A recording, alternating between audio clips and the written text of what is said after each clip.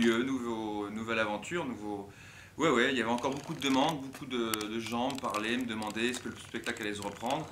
Benoît Lavigne, qui est le directeur du Lucernaire, m'a proposé un créneau de 45 dates exceptionnelles et c'était parfait, ça s'enchaînait parfaitement avec le calendrier. Donc je suis très content de venir dans ce lieu.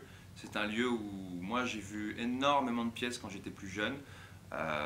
Beaucoup de créations de jeunes compagnies, parce que c'est un lieu qui laisse sa place à la création. Et c'est un vrai lieu d'auteur, donc c'était le prolongement normal du théâtre de poche. Voilà. Ça s'est créé comment, Amok? Ça s'est créé comment? Ça a été d'abord une rencontre avec le texte de Stéphane Zweig, un coup de foudre, un coup de folie. Et puis j'ai fait un coup de poker parce que je voulais pas attendre de faire des lectures, de présenter à des gens. Je voulais le monter moi-même, il y avait une forme d'urgence à faire très vite. Donc il me restait un peu de sous sur mon PEL parce que j'avais plus grand chose sinon. Et voilà, j'ai cassé mon PEL, j'ai trouvé une équipe artistique, j'ai produit moi-même, j'ai fait l'adaptation. Et puis on l'a monté 3 mois après au Festival d'Avignon et ça a été ensuite l'explosion. Voilà. C'est un rôle quand même difficile. C'est un rôle plein. C'est-à-dire que c'est un...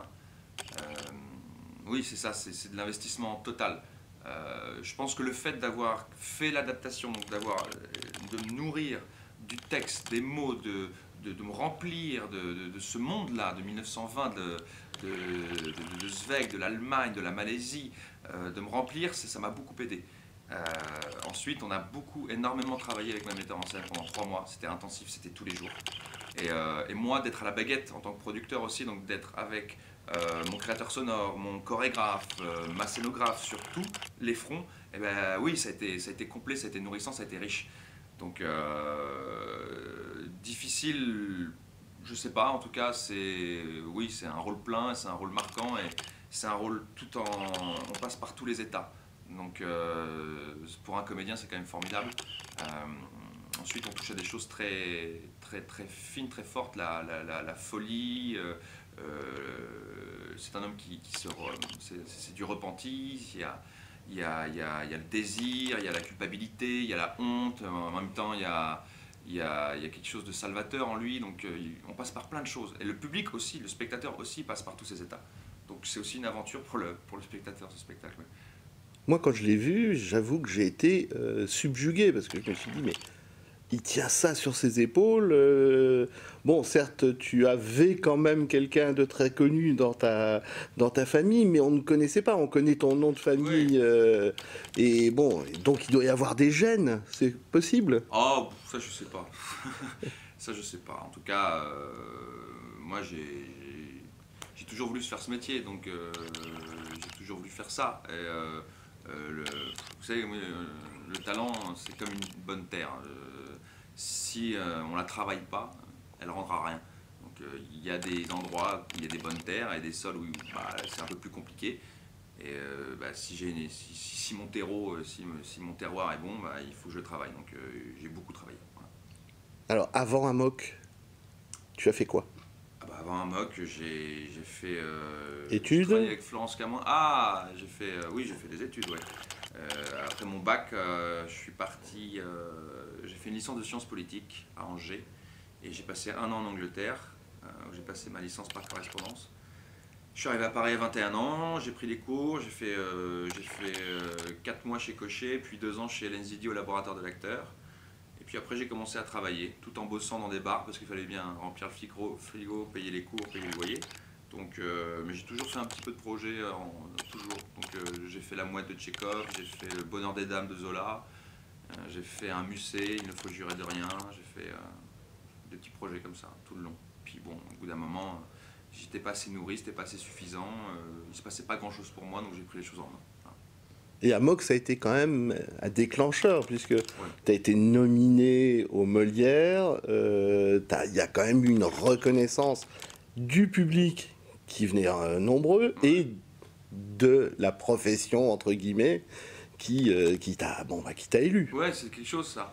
Et déjà l'année d'avant, en 2015, j'avais été nommé pour le Bonheur des Dames, pour le rôle que je campais, Octave Mouret, le propriétaires des grands magasins. Et déjà, cette nomination, ça a été fou, quoi. C'était quelque chose assez fort. Le fait de savoir que les gens, la profession a vu ton travail et souhaite le reconnaître. Donc ça, c'était très fort, ça m'a mis en confiance parce que, vous savez, les acteurs, on passe par des phases de doute énormément, surtout les jeunes, parce qu'on ne travaille pas tout le temps, parce qu'on ne nous propose pas les choses qu'on a toujours envie de faire, bon bref. Donc je traversais une phase de doute très forte et ça m'a mis en confiance. Et du coup, comme j'étais en pleine création d'Amok, et bah, ça m'a donné du guts, comme on dit. Et Amok s'est passé, il y a eu le Molière, et oui, depuis 2 ans c'est extraordinaire, donc il se passe plein de choses, mais je ne considère pas les choses comme acquis, c'est-à-dire que même s'il y a cette reconnaissance du public, parce que c'est un succès, et aussi de la profession, je ne considère pas que les choses, oui, que c'est acquis. Non, au contraire, je pense que c'est une promesse à tenir. Encore plus envers le public, envers la profession. Donc ça demande encore plus de travail et encore plus de sérieux. Et tant mieux parce que c'est un métier d'exigence aussi. Donc on se doit d'être à un certain niveau. Pas toujours évident, on est notre propre matière aussi les acteurs, donc parfois quand on arrive au bout d'un cycle ou qu'on est épuisé, moi j'ai passé 2 ans là sur les routes, sur les planches, sur les plateaux de cinéma, il y a un moment donné où je sentais qu'il fallait que je me repose.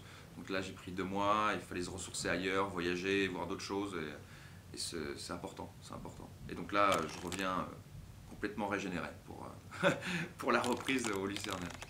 Bon, régénéré, est-ce que ça veut dire que les projets suivants vont être totalement différents d'Amok ?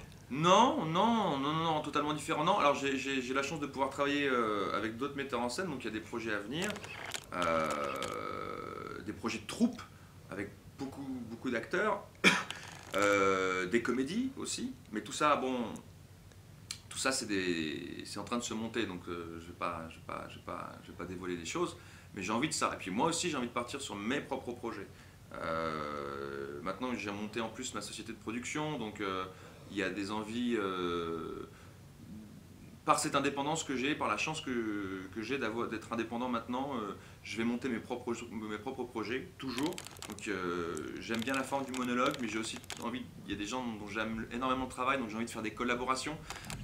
J'ai envie de faire du cinéma, donc pourquoi pas proposer aussi, faire comme j'ai fait pour Amok au théâtre, c'est-à-dire y aller, quoi, et écrire ses propres projets ou participer avec d'autres gens. En tout cas, ouais, il y a beaucoup d'envie, il y a beaucoup de projets à venir. Voilà.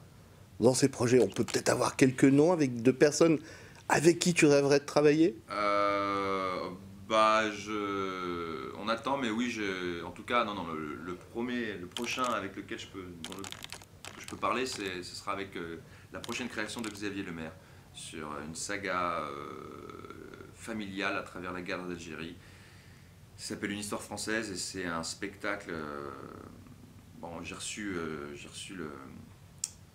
le livret, j'ai reçu la pièce et j'ai refermé la pièce au bout d'1 heure, j'étais en larmes. C'est un projet magnifique, c'est un projet qui met du temps à se monter parce que c'est lourd, c'est assez colossal ce qu'il a écrit encore.